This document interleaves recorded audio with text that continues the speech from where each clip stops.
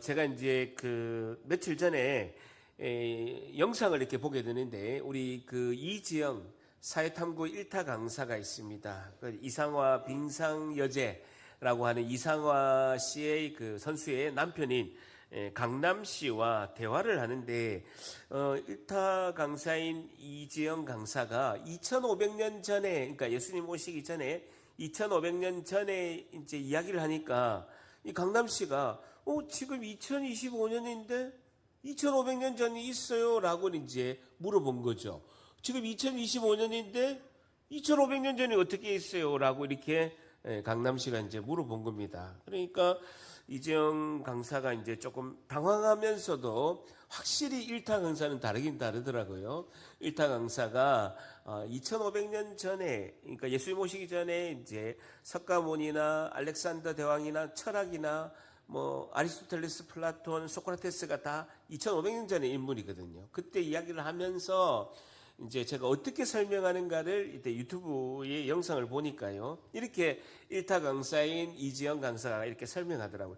건물이 지하 1층, 지하 2층이 있고 1, 2, 3, 4층이 있으면 총 6개층인데 1층 밑에 있는 지하 1층, 지하 2층이 있고 그 다음에 1층 위에 있는 1, 2, 3, 4층이 있는 것처럼 그 기준이 되는 1층이 되는 그런 사건이 있다. 역사를 나눌 때 이 AD라는 범위가 있고 그 다음에 BC라는 범위가 있다라고 이렇게 설명하더라고요. 그래서 AD가 뭐냐라는 것이죠.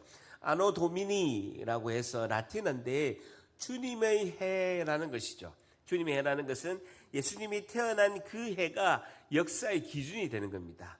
우리의 이 온 역사가 6000년의 역사인데, 그 역사가 예수님이 탄생한 그날이 주님의 해로 인해서 역사의 기준이 되는 거죠. 그것이 이제 아노 도미니, 라틴어인데 주님의 해라고 하고, 예수님이 탄생하신 이후에 지금 2025년이고, 그 탄생하기 전에 지하 1층, 지하 2층이 있듯이 탄생하기 전에 BC가 있다. BC는 Before Christ, 예수님이 태어나시기 전에, 탄생하기 전에라고 이렇게 역사가 있다라고 이렇게 설명하는 영상을 제가 이렇게 봤습니다.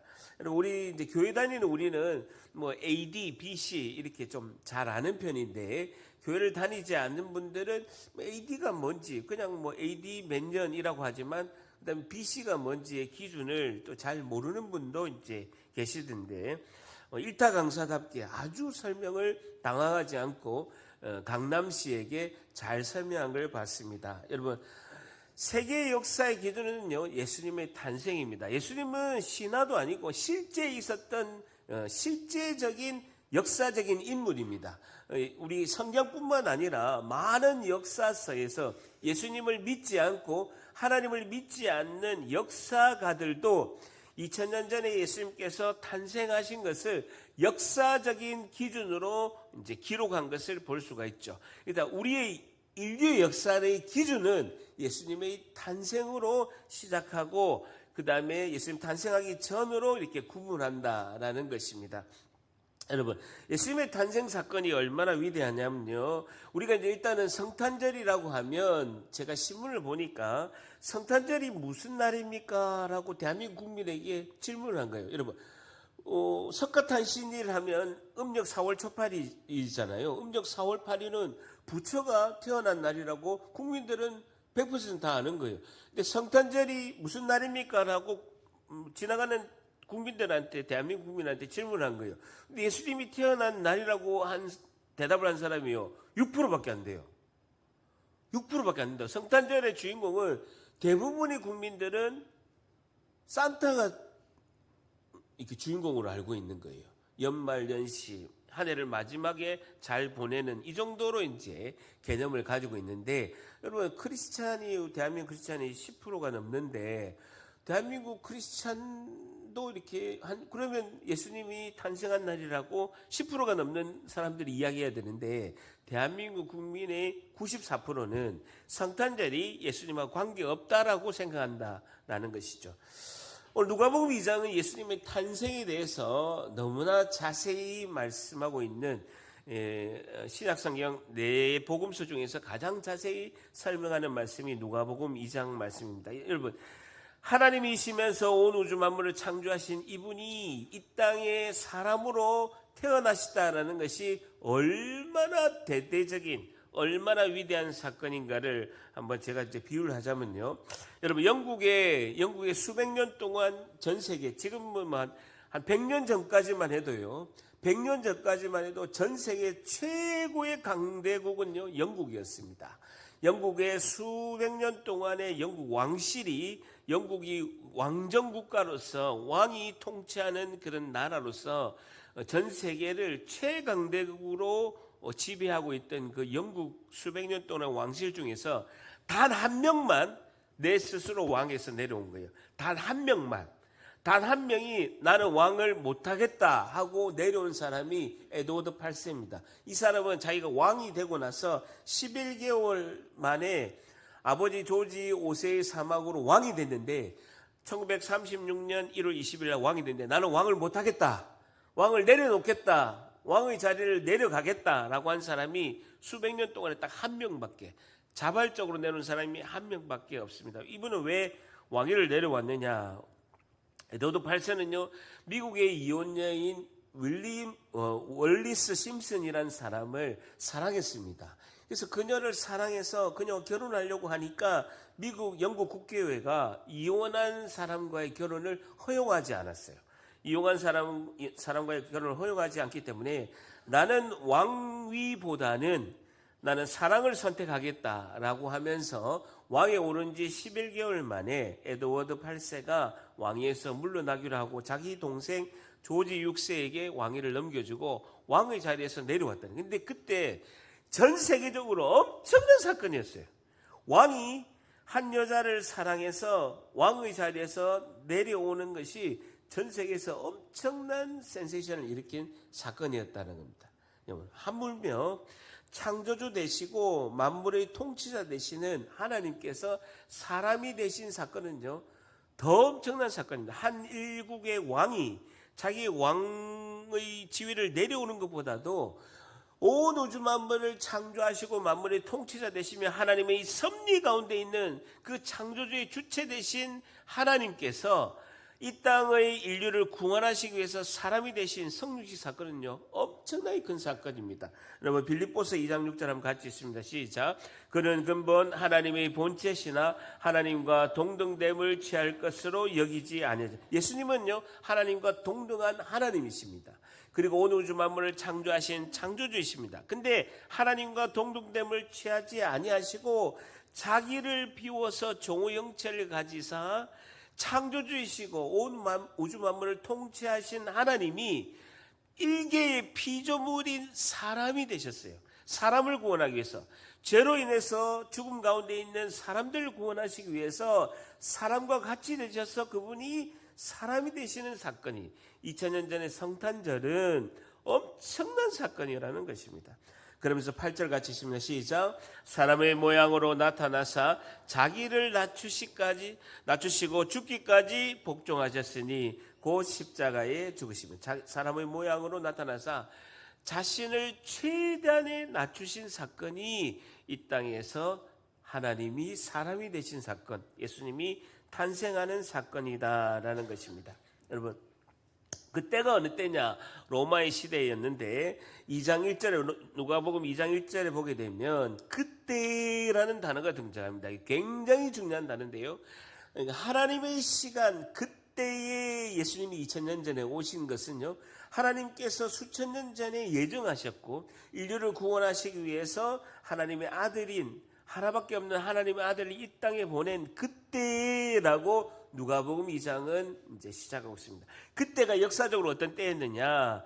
가이사 아구스도, 이 사람이 가이우스 옥타비아누스인데 로마의 일대 황제입니다. 로마 일대 황제가 그때 당시에 로마의 황제로 있을 때에 이 세금을 징수하기 위해서 사람들, 노동력, 그러니까 어른 남자의 수를, 인구를 조사하는 그런 노동력을 확인해서 세금을 전 세계로 500년 동안 로마가 지배하기 위해서 세금을 징수할 목적으로 전 세계에 로마가 지배하고 있는 100개가 넘는 나라에다가 그냥 호적을 다 정리해서 인구조사를 해라라고 세금 징수 목적으로 명령을 내렸습니다. 이때에 이 이스라엘 땅과 그 시리아에 있는 그때는 로마 황제의 신하인 구레뇨가 시리아의 총독으로 있었을 역사적인 사실의 때였다라고 누가복음 말씀하고 있습니다. 그럼 3절에 모든 사람이 호적하러 각각 고향으로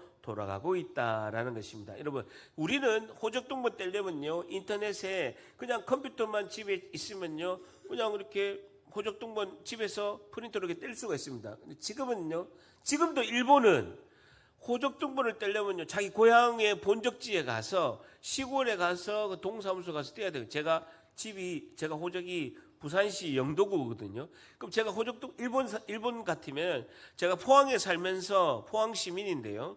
호적동본 떼려면요, 부산에 가서 영도에 가가지고 영선동 이동에 가서 동사무소 가서 떼와야 되는 거예요. 일본은 지금도 그렇답니다. 전산이 안 돼 있다고 그렇다는. 근데 옛날에는 다 자기의 고향, 왜냐하면 예수님의 어머니인 마리아와 남편인 요셉이 다윗이라는 다윗의 왕의 둘 다 자손이에요. 다윗의 고향이 어디냐? 베들레헴이기 때문에 둘 다 베들레헴 출신이기 때문에 지금 베들레헴 가서 호적을 다 신고하고 내가 있다 하고 그 다음에 세금을 내는 것을 신고를 해야 되는 거예요. 어쨌든 예수님이 베들레헴에 탄생하기 위해서 로마의 황제와 시리아의 총독까지 하나님이 준비하셨다. 언제요? 그때 했다라는 거예요. 그때 하나님의 시간이 있다라는 것입니다. 여러분, 요셉과 마리아는요, 마리아가 성령으로 잉태하고 있는 상태고 임신하고 있는 상태고 만삭의 상황인데 살고 있는 나사렛에서 베들레헴까지는 150km나 됩니다. 4절에 보게 되면 요셉도 다윗의 집 족속이므로 갈릴리 나사렛 동네에서 유대를 행해서 베들레헴이라는 동네로 가는데 150km인데요. 그때는 뭐 자동차가 없으니까 이제 당나귀를 타고 부인인 마리아는 예수님을 임신하고 나귀를 타고 가고 요셉은 걸어서 간 거예요. 여러분, 150km인데 부지런히 가도 보름이 걸리는 거예요. 부지런히 가도 보름이 걸려야 가는 곳이다라는 것이죠. 먼 거리를 만삭인 마리아가 예수님을 임신하고 지금 이동 중에 있다라는 것입니다. 그러면서 그 약혼한 마리아와 함께 호적하러 올라가니 마리아가 이미 잉태하였더라. 만삭이 도착하자마자 예수님을 출산하는 것을 볼 수가 있습니다.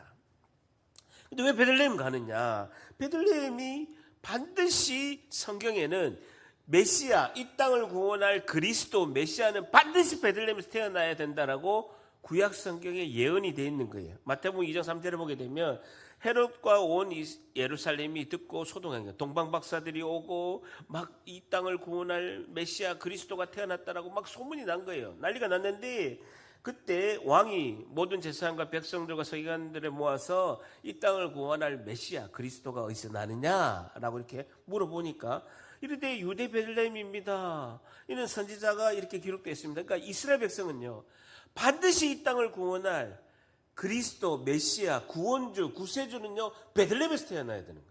그것도 다윗의 자손으로 반드시 태어나야 된다고 미가서 5장 2절에 이렇게 성경에 예언이 되어 있는 거예요. 그 예언대로 예수님은 베들레헴에서 태어나셔야 되는 거예요. 미가서 5장 같이 있습니다. 시작. 베들레헴 에브라다야, 너는 유다 족속 중에 작을지라도 이스라엘 다스릴 자가 내게로 나올 것이다. 그의 근본은 상고에 영원에 있느니라 라고 말씀. 베들레헴 지금 가보면요 조그매해요. 25,000명밖에 안 되고 팔레스타인 자치구역이라서 이스라엘이 베들레헴을 폭 싸가지고 콘크리트 옹벽을 딱 쳐놨습니다. 그래서 안에 있는 사람이 밖에 나오려면 허락받고 나가요. 밖에 있는 사람은 안에 들어가면 허락받고 들어가야 되는 거예요. 예수님 탄생교회 갈려도 그렇게 콘크리트 옹벽에 이렇게 성지순례 가도 허락받고 가야 돼요. 조그만 마을입니다. 25,000명. 예수님 태어날 때는요 1,000명도 안 됐어요. 그 마을에 있는 베들레헴이란 마을에 1,000명도 안 사는 몇백 명이 옹기종기 사는 그냥 시골 마을인 것을 볼 수가 있습니다. 자, 그래서 거기에 마리아와 요셉이 거기에 있을 그때의 2장 1대 그때와 지금 2장 6절에도 그때가 등장합니다. 근데 도착하자마자 해산할 날이 찬 거예요. 만삭으로 갔기 때문에 도착하자마자 해산하는 상황이 발생한 겁니다. 첫 아들 낳아서 강보로 싸서 구유에 넣었으니 이는 여관에 있을 곳이 없음이었다라고 성경을 말씀하고 있습니다. 여러분, 우리가 말하는 지금의 우리가 생각하는 여관, 그냥 숙박시설이 판도게이온이라는 단어인데 여기 성경에서는요 카탈리마라는 단어로 등장합니다. 그건 뭐냐면요 그냥 사는 집이에요. 그냥 다락방이 있는 집이에요. 옛날 이스라엘에서는 집이 어떻게 되냐면요 1층은 말이나 양들을 키우는 말이나 양을 키우는 그냥 외양간 같은 게 있고 계단을 올라가면 2층에 이제 주인 방이 있고 손님이 오는 게스트룸 방 하나나 두세 개 정도 있는 집이 다 옛날의 집이었습니다. 그러니까 4월에서 11월은요 이제 그 봄 가을에는 이제 양이나 말을 밖에서 이렇게 키웠고 겨울에는 이제 끝나고 나면 이제 자기 집에 데려와서 1층에 좀 약간 울립니다. 1층에 그 말 외양 그 구유 말하고 이제 양들을 키우는 그 집안에 이제 말과 양을 키우는 이제 그런 장소가 있었던 것이죠. 어쨌든 그 당시에 몇백 명밖에 안 살았기 때문에 여관이란 게 없었어요. 근데 마리아와 요셉은 베들레헴 출신이기 때문에 동네 사람들이 다 아는 거예요. 약혼해서 아직 결혼식을 안 했어. 그런데 마리아가 정혼하고 나서 잠자리를 안 했는데 만삭으로 임신이 된 거예요. 여러분 생각해 보세요. 아직 결혼식도 안 하고 약혼만 했는데 약혼하고 1년 뒤에 결혼식을 하는 이유는 신랑과 신랑 남편 아버지가 1년 동안 신부와 같이 살 집을 짓는 거예요. 근데 이미 잠자리를 안 했는데 성령으로 잉태돼서 예수님을 임신한 거예요. 그러니까 사람들이 부정탄다. 이렇게 결혼도 하기 전에 임신을 했기 때문에 부정스럽다 하고 다 문전박대를 한 거예요. 그 당시에 여관이 없었어요. 그래서 나그네들을 지극히 모셔야 되는 것이 맞는데 나그네임에도 불구하고 가서 이렇게 쉴 곳을 이제 아기를 낳을 곳을 찾았는데 다 문전박대를 한 것이 그 당시 상황이었다는 것입니다. 여러분 제가 한번 질문을 드려볼게요. 나사렛에서 베들레헴까지는요 150km입니다. 보름 정도 가야 되는 거리고 마리아가 해산할 날이 가까우면 마리아도 자신이 임신한 예수님을 반드시 베들레헴에서 태어나야 된다는 것을 본인도 알고 있습니다. 본인도 반드시 내가 임신한 구세주, 메시아, 그리스도는 예수님은 베들레헴에서 태어나야 된다는 것을 구약 말씀에 예언이 되어 있기 때문에 자신도 분명히 알고 있는 거예요. 그러면 만삭이 됐으면 언제쯤 내가 애를 낳을 건가를 본인이 잘 알고 있잖아요. 배가 저만큼 이렇게 나왔으니까 알고 있으니까 베들레헴 가서 한 달 전이라도 미리 가서 방을 잡고 해산할 준비를 해야 되잖아요. 근데 도착하는 날에 낳은 거예요. 방도 구할 수가 없어가지고 허겁지겁 말구유에서 외양간에서 예수님이 태어난 것입니다. 왜 그렇게 했을까요? 그리고 또 호적하러 여자는 안 가도 돼요. 남자만 가도 되는 거예요. 그래서 내가 결혼을 할 마리아도 있다라고 인구조사하는데 이렇게 쓰기만 하면 되는데 마리아도 이제 하나님께서 베들레헴에서 이 예수님을 낳으라고 하는구나라고 신호를 알고 가게 된 것이죠. 왜 그랬을까요? 미리 가면 되는데. 예? 미리 가서 단돌이 하면 되잖아요. 예? 단돌이 하면 되는데 왜 굳이 가자마자 예수님을 낳을 그렇게 급박하게 갔을까라는.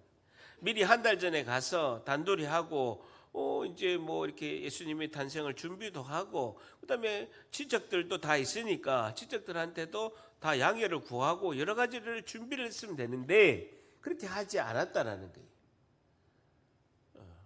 마리아는 베들레헴에서 반드시 예수님이 태어날 걸 알고 있었고 본인의 배는 불어오고 곧 양수가 터져서 아기가 나올 것 같은데 굳이 딱 보름 딱 남겨놓고 가자마자 예수님이 탄생되었다라는 것이죠. 왜 그랬을까요?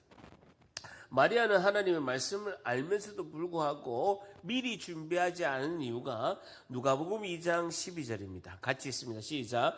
너희가 가서 강보에 쌓여 구유에 누워있는 아기를 보리니 이것이 너희에게 표적이니라 하더니라는 겁니다. 여러분, 인류에 있어서 가장 큰 표적, 가장 큰 기적이 뭐냐면요, 예수님의 탄생이 가장 큰 기적이기도 하지만 예수님이 말구유에서 강보에 쌓여서 말구유에 태어난 것이 가장 큰 기적이라는 거예요. 다시요. 인류에 있어서 역사를 나누는 기준이 예수님의 탄생이 가장 큰 기준인 예수님이란 분이 태어난 것이 역사상 가장 큰 사건으로 인류를 예수님 태어난 이후, 예수님 태어난 이전으로 구분하는데 그 중에서도 가장 큰 표적, 기적, 세메이온이라는 단어는요, 가장 큰 기적이 뭐냐? 예수님이 구유에 누워서 말구유에서 외양간에서 태어났다라는 것이 가장 큰 기적이라는 거예요. 여러분, 이 가장 큰 기적을 위해서 임박해서 마리아도 가고 모든 사람들이 로마의 황제는 인구조사를 해라, 세금을 징수하겠다, 시리아 총독, 구레네 총독은 그것을 해야 된다라고 강력하게 하고 모든 그 하나의 사건을 위해서 예수님은 반드시 하얏트 호텔에서 태어나면 안 돼. 로마 황제에서 태어나면 안 된다고요. 힐튼 호텔에서 태어나면 안 된다고요. 반드시 비천한 일반 사람도 집에서 태어났는데 일반 사람도 방에서 아기가 태어났는데 예수님은 가장 비천하고 동물과 똑같은 그런 말 먹은 말밥통, 외양간의 그 말밥통 구유에서 태어나는 가장 낮은 자리로 태어나야 된다. 이것이 하나님의 가장 큰 세메이온 표적, 기적이라는 거예요. 이걸 하나님은 만들어 가시는 거예요. 하나님이 그때에 만들어 가신다고요. 이게 인류의 가장 큰 기적이라는 겁니다. 예수님이 로마 황실에서 태어나면 안 되는 거예요. 로마 황실이 베들레헴에 있더라도 베들레헴에 있는 가장 큰 좋은 집에서 태어나면 안 되는 거예요. 구유에 누에 있는 아기로 태어나야 가장 큰 기적이라는 겁니다. 누가복음 2장 12절에는요. 구유에 누에 있는 아기를 보리니라는 겁니다. 예수님의 탄생뿐만 아니라 플러스 구유에 누에 있는 아기로 예수님이 태어나야 그것이 너희에게 세메이온, 가장 큰 인류의 기적이라는 것입니다. 화려하게 태어난 것도 기적인데 예수님이 왜 그렇게 태어나셔야 되냐는 거예요. 여러분, 예수님은 초라하고 가장 낮은 자로 이 땅에 오셨고 그분은 십자가에서 고난을 받기 위해서 겸손히 우리를 섬기기 위해서 낮은 자로 태어나셨다는 거예요. 누구보다도, 인간 누구보다도 가장 낮은 자로. 여러분, 가난해도요 아기만큼은 따뜻한 방에서 태어납니다. 여러분, 요즘에 다 산부인과에서 태어나잖아요. 여러분, 내가 마이너스 통장을 쓰고 내가 빚이 많아도 산부인과에서 태어나잖아요. 마찬가지로 그 당시에도 아기들은 다 방에서 태어났는데 예수님만 말통에서, 말이 먹는 말밥통에서 거기에서 태어나셨다는 겁니다. 로마의 가이사 아구스토는요, 전 세계 권력자와 비교되게끔 예수님은 가장 낮은 자로 태어나야 된답니다. 온 우주도 닮지 못한 예수. 여러분, 로마의 황실에서 태어나도 예수님을 닮지 못합니다. 영국의 황실에서 태어나도 예수님을 닮지 못합니다. 여러분, 온 지구가 온 우주 만물을 통치하시고 만드신 예수님을 담을 수 있는 그릇이 지구도 안 된다라는 거예요. 온 우주도 예수님 한 분을 담지 못한다라는 거예요. 담아내지 못한다라는 거예요. 근데도 로마의 가이사 아구스토와 대비되고 가장 낮은 자리로 이 땅에 비천한 자리로 내려오셨다는 거예요. 그리고 베들레헴으로 가라라는 하나님의 신호를 받고 나서 움직였다는 겁니다. 다시 누가복음 2장 1절에서 2절 같이 있습니다. 시작. 그때 가이사 아구스토가 영을 내려 천하로 다 호적하라 하였으니 이 호적은 구레뇨가 수리아 총독이 되었을 때 처음 한 거예요. 처음은 영을 내려서 다 호적하라 라고 명령이 떨어질 때 마리아는 아는 거예요. 아, 하나님이 가라는 신호구나. 하나님이 이제서야 베들레헴 가라는 신호구나 라고 깨닫고 움직이는 거예요. 여러분, 하나님을 믿는 백성들은요, 그것이 하나님의 뜻이라도 하나님께서 가라, 하나님이 그때 그때다라고 신호를 보내야 움직여야 될 줄 믿습니다. 하나님의 백성은요, 하나님이 신호를 보낸다는 거예요. 우리는 조급해요. 하나님, 오늘 아침에 기도했으면 저녁에 응답 받아야 돼. 오늘 내가 기도하면 내일이라도, 늦어도 내일까지는 하나님이 해주셔야 돼. 우리 조급하다고요. 근데 하나님은요, 하나님의 시간, 하나님의 그때가 있다라는 거예요. 여러분, 오늘 우리가 우연치 않게 집사님이나 우리 가족이 오늘 성탄절인데 한 번만 가주세요. 한 번만 가주세요. 오늘 점심때 삼계탕이 있다니까요. 한 번만 가주세요. 라고 이렇게 해가지고 그래 가줄게 하고 마지못해서 왔지만 하나님의 때, 하나님의 시간, 그때인 줄 믿습니다. 우리는 그냥 온 것 같아도요, 하나님의 섭리 안에 있는 거예요. 만세전에 하나님의 예정 안에 있는 거예요. 하나님이 그 예비하신 그때가 있는 줄 믿습니다. 그때를 잘 알아야 됩니다. 그때가 어느 때인지 우리가 잘 알아야 된다라는 것이죠. 여러분, 하나님을 주인으로 인정하고 순종하는 삶은 하나님의 그 시간, 그때를 우리가 질문하며 기다리며 인내해야 된다라는 것이죠. 마리아는 그걸 알았던 거예요. 천사가 성령으로 잉태함을 알려주고 이 내가 임신한 이 아기가 온 인류를 구원할 예수님인 걸 알고 있기 때문에 하나님의 때가 되면 움직였다라는 겁니다. 곧 양수가 터질 것 같이 배가 많이 불어옴에도 불구하고 하나님 때를 기다리고 온 천하에 호적하라 라는 왕의 명령이 왔을 때 베들레헴으로 움직여야 되는구나, 하나님의 사인으로 알았다라는 것이죠. 하나님 뜻인 줄 알고 행하고 주님의 뜻임을 확인하는 하나님의 사인을 구하는 게 중요하다. 여러분, 우리가 기도할 때는 하나님 그때가 언제, 절단합니다. 하나님의 그때가 언제입니까? 매우 중요한 기도입니다. 우리가 기도할 때 하나님의 그때가 언제입니까? 이것을 하나님의 사인을 구하는 것이 중요하다. 하나님 뜻에 순종하고 하나님께 영광, 하나님 때가 딱 있으면 딱 순종해야 돼요. 앞뒤 안 보고 딱 일어나야 됩니다.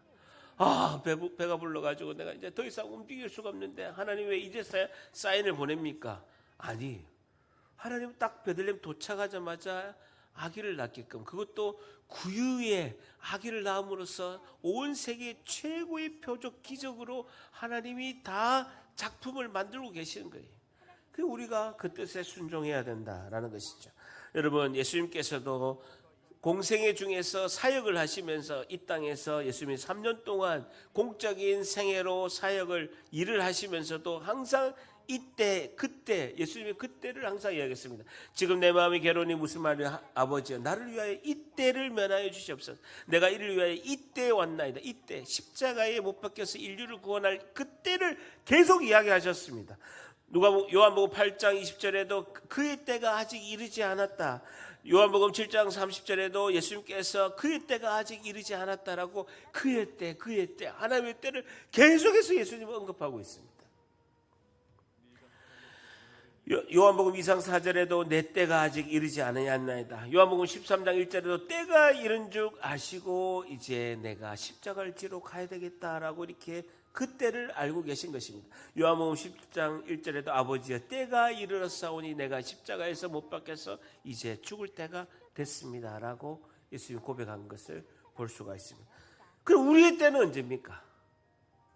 우리가 예수님께로 나아가야 되는 그때, 나의 전심을 다해서 나를 구원하신 구세주, 내가 죄로 인해서 천국까지 못하는데 나의 죄를 대신하여 나의 죄를 다 해결하시고 나의 죄를 십자가에서 다 해결하시고 나를 구원하신 예수님을 믿는 그때가 언제냐는 거예요. 여러분, 오늘 교회를 또 이렇게 초대해서 받아서 오신 분들, 그리고 믿음이 좋아서 어릴 때부터 교회를 다니신 분 다 포함해서 우리가 예수님께 전심으로 나갈 그때가 언제냐는 거예요. 내 마음 다해서 예수님, 저는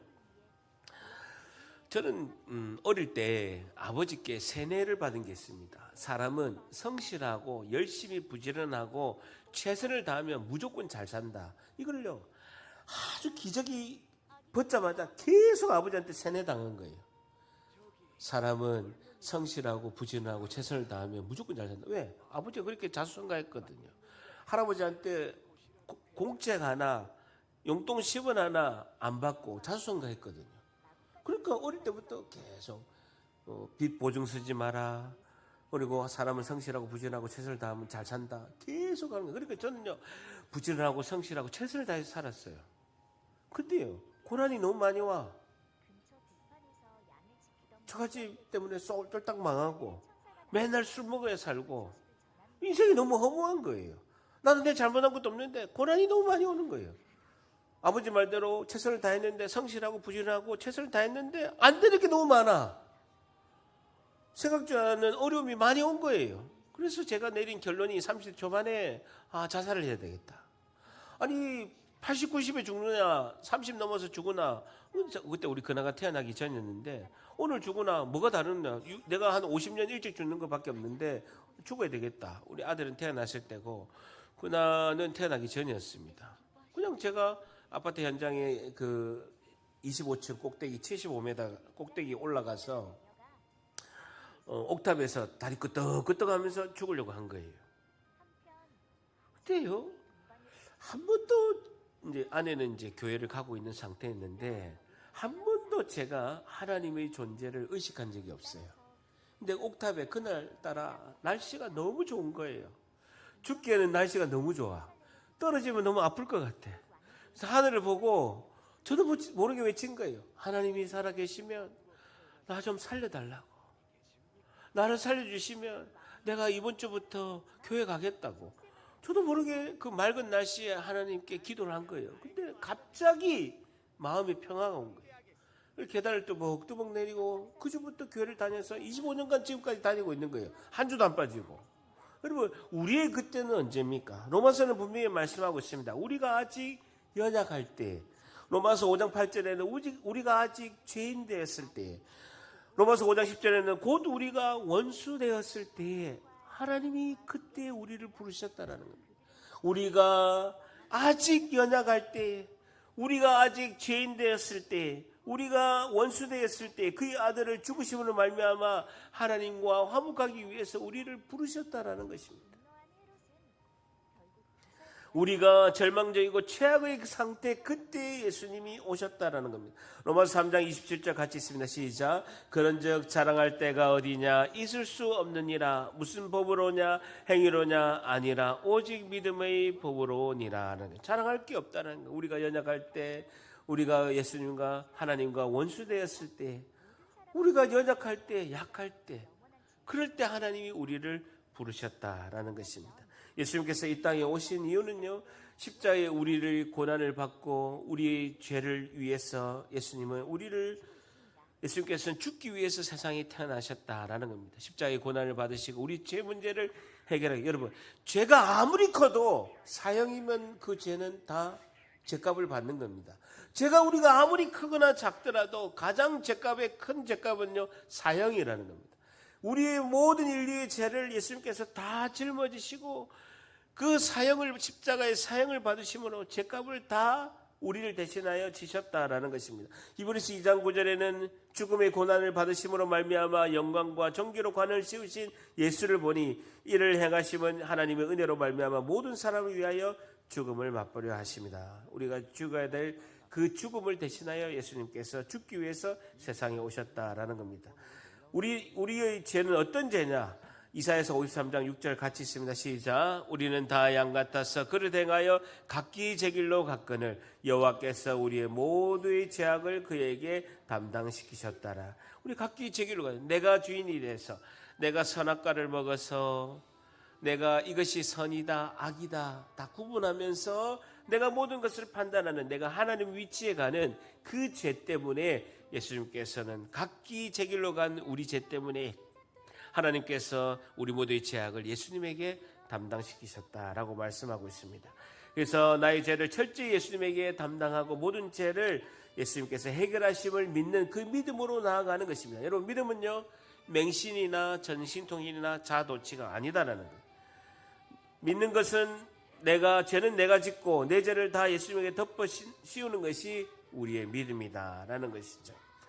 믿음은 죄의 결과인 진노를 예수님에게 다 뒤집어 씌우고 예수님이 우리의 죄를 대신하여 다 십자가에 해결하심을 믿는 것이 우리의 믿음이다라는 것입니다. 그래서 예수님의 소원은요, 세 가지입니다. 우리를 예수님이 믿고 영접하고 순종하는 것, 그것을 예수님께서는 오직 원하신다는, 예수님 나의 주인이시고 주님이 하셨습니다. 하나님은 언제나 옳습니다. 예수님께 순종하고 모든 것은 하나님이 하신 것이고, 그리고 하나님의 뜻은, 나를 향하신 뜻은 언제나 선하신 하나님이 언제나 오르심으로 우리를 이끄신다라는 그 믿음으로 실천하는 것을 예수님은 바라고 소망하신다라는 것입니다. 그래서 요한복음 14장 6절 같이 있습니다. 시작. 예수께서 이르시되 내가 곧 길이요 진리요 생명이니 나로 말미암지 않고는 아버지께로 올 자가 없느니라. 예수님께서는 내가 곧 길이요 진리요 생명인데 예수님으로 말미암지 않고는 하나님 아버지께 천국으로 갈 수가 없다라고 직접 말씀하십니다. 예수님을 믿음으로, 예수님을 나의 구세주로 믿음으로만 천국으로 갈 수 있는, 하나님 아버지께로 갈 수가 있다라고 말씀하고 있는 것입니다. 여러분, 크리스마스 연극 중에서 굉장히 유명한 연극이 있습니다. 여러분 혹시 들어보셨습니까? 빈방 있습니까? 하는 연극이 있습니다. 혹시 보신 분 계세요? 아무도 없습니까? 봤는데 손들기가 좀 미안해서 손 안 드시는 겁니까? 결이가 봤습니까? 왜 손을 들지? 어쨌든 크리스마스 연극 중에 빈방 있습니까? 하는 연극이 가장 유명한 연극입니다. 이게 어떻게, 기원이 어떻게 됐냐면요, 캐나다에서 교회에서 이제 크리스마스 연극을 하는데, 랄프라는 이제 교회 다니는 친구가 있었어요. 학생이 있었는데, 랄프는 지적 장애아입니다. 근데요, 예수님의 연극에 참여하고 싶은 거예요. 그래서 마리아와 요셉이 베들레헴에 가서, 그러니까 이제 지적 장애아니까 이제 대사를 잘 못 외우잖아요. 그래서 교회에서 이렇게 시킨 거예요. 여관 주인 역할을 해라. 그래서 마리아 요셉이 이렇게 임신해 가지고 딱 오면 그 여관 주인한테 빈방 있습니까? 라고 물어보면 이제 그 랄프는 딱 한 가지만 이야기하는 거예요. 방 없어요. 좀 아쉬우니까 두 번 이야기해라. 방 없어요. 두 번 이야기하면 되는 거예요. 열심히 연습한 거예요. 그러니까 랄프가 지적 장애니까, 자폐하니까 방 없어요 이거를 계속 외친 거예요. 그래서 방 없어요, 방 없어요, 방 없어요 이렇게 계속 연습한 거예요. 그래 있다가 이제 연극이 시작이 된 거죠. 그래서 이제 요셉과 마리아가 이제 베들레헴으로 또 와서, 이제 나사렛에서 베들레헴까지 와가지고 이제 막 찾아다닌 거예요. 빈방 있습니까? 라고 이렇게 물어본 거죠. 그래서 이제 연극에서 빈방 있습니까? 빈방 있어요? 라고 이렇게 물어봤는데, 근데 랄프가 갑자기 원고에도 없이 갑자기 눈물을 글썽이면서 방 있어요 라고 이야기한 거예요. 그러면서 제 방에 오세요 라고 울면서 이야기한 거예요. 갑자기 원고에도 없이 방이 있어요, 제 방에 오세요 라고 하면서, 주님 저의 누추한 마음의 구유에 오세요 라고 자폐를 가진 지적장애아 랄프가 고백한 거예요. 그래서 그게 유명해져 가지고 한국으로 와서 덕구, 랄프 대신에 덕구라는 우리 그 연극의 인물이 똑같이 이야기하는 거예요. 빈방 있습니까? 하면 방 없어요, 방 없어요 라고 준비하다가 방이 있어요, 제 방에 오세요, 주님 저의 누추한 마음의 구유에 오세요 라고 하는 것이 빈방 있습니까? 연극이 가장 유명한 크리스마스 선극이에요. 여러분, 예수님께서 우리에게 문을 두드립니다. 내가 너의 마음의 방에 들어가려고 한다.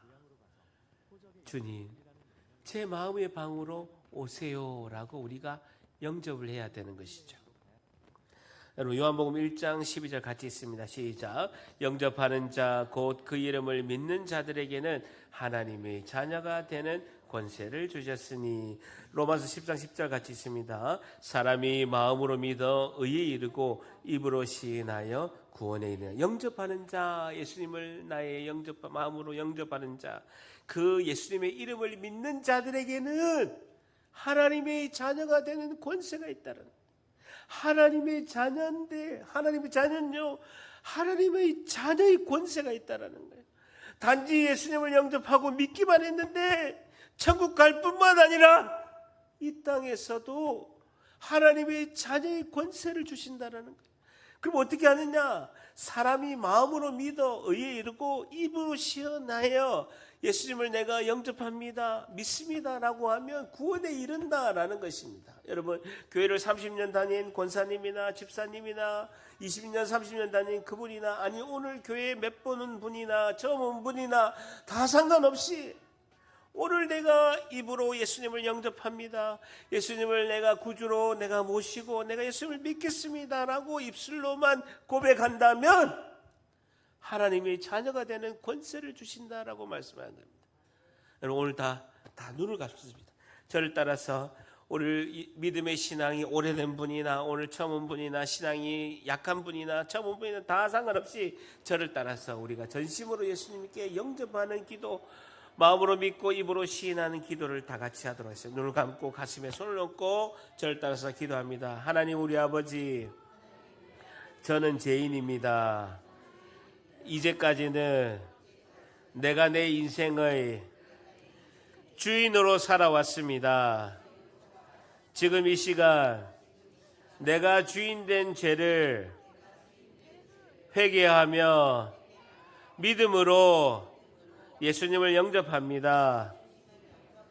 십자가의 보혈로 저의 죄를 씻어 주시옵소서. 나를 위해 죽으시고 부활하신 예수님이 나의 주인이심을 믿음으로 받아들입니다. 이제 하나님은 나의 아버지가 되시고 저는 하나님의 자녀가 되었습니다. 저를 구원해 주셔서 감사합니다.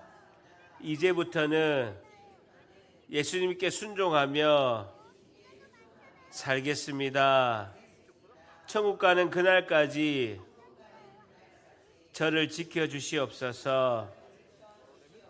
우리를 구원하신 예수 그리스도 이름으로 기도하옵나이다. 아멘. 기도하겠습니다.